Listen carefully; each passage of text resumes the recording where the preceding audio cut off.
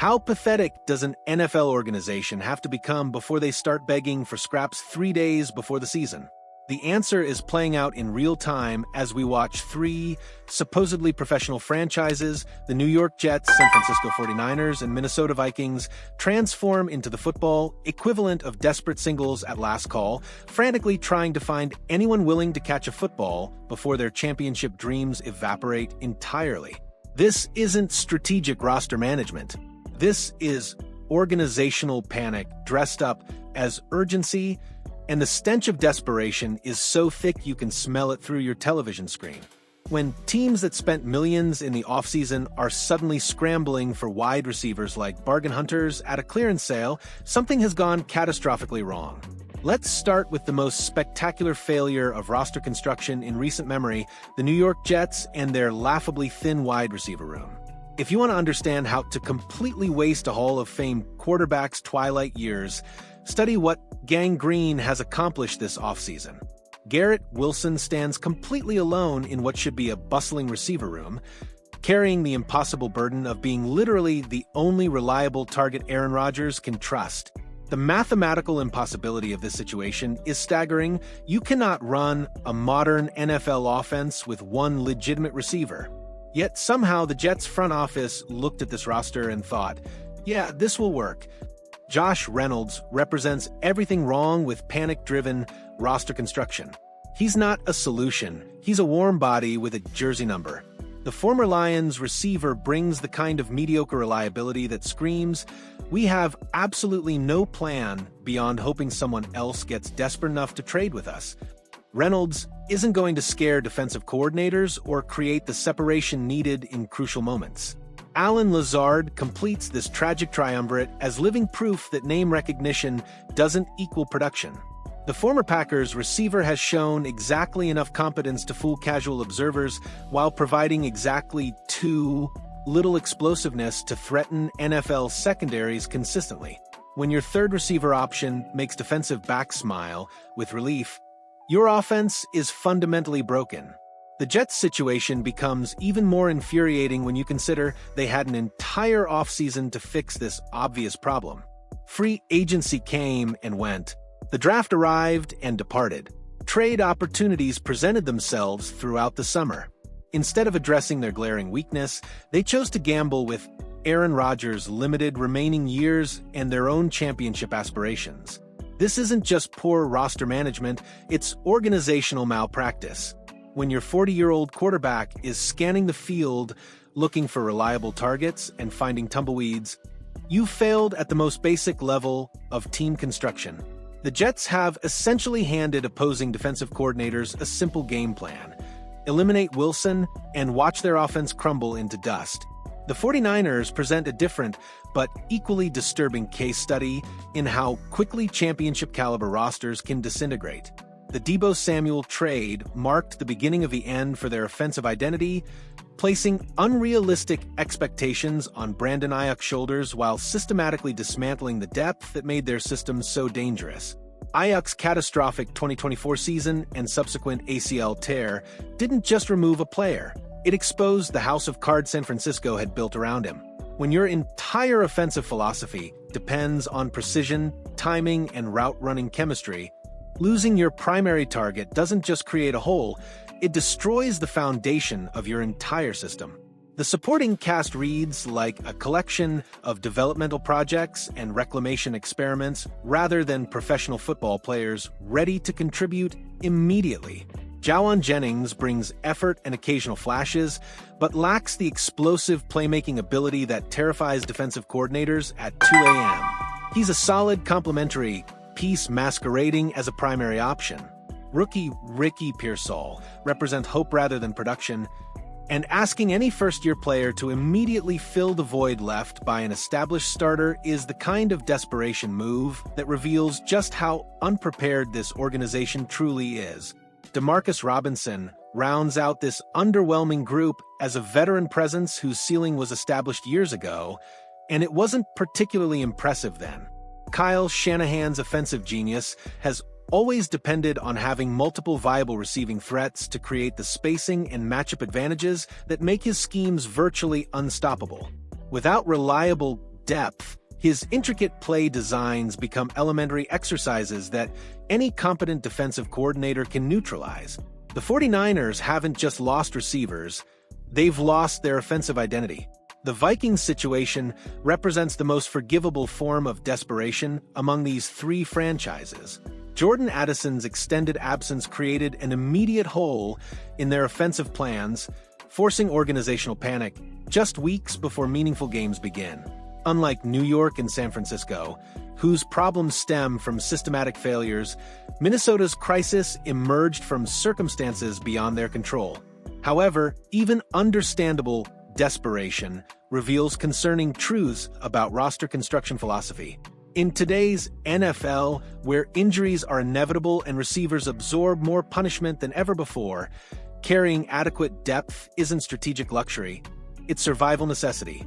The fact that one injury can transform a confident organization into frantic bargain hunters suggests their initial planning was more fragile than it appeared. Justin Jefferson's presence provides Minnesota with a legitimate superstar foundation that neither the Jets nor 49ers can match.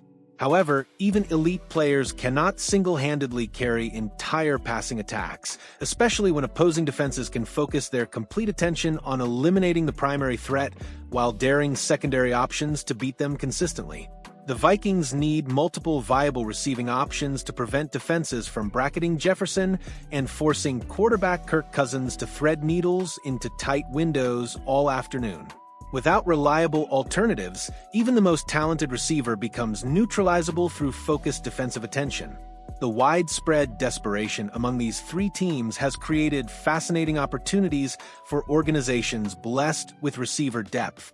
The Buffalo Bills, Cincinnati Bengals, and New England Patriots suddenly find themselves holding assets that multiple teams desperately need, transforming their excess depth into valuable trade currency. Buffalo's situation is particularly intriguing given their impressive receiver development. Players like Keon Coleman, Khalil Shakir, Curtis Samuel, and Mac Hollins all possess the ability to contribute immediately for receiver-needy teams.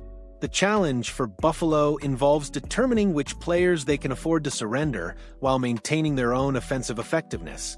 The Bengals face different calculations entirely. While they obviously won't trade their established stars, players like Jermaine Burton or Charlie Jones could provide immediate value to desperate organizations. Cincinnati's proven ability to develop receiver talent means they can afford to move depth pieces for valuable draft compensation or players addressing positions of greater need.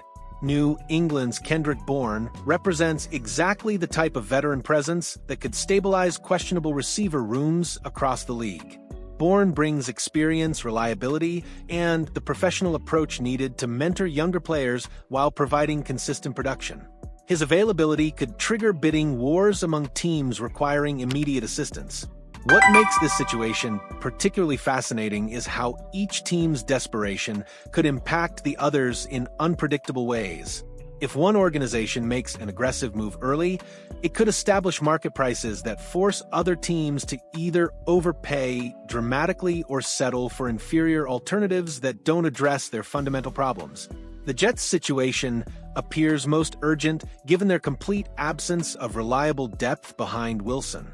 Their willingness to overpay could set market standards that make it financially impossible for San Francisco or Minnesota to find affordable solutions, potentially leaving two teams scrambling for scraps while one gets marginally better.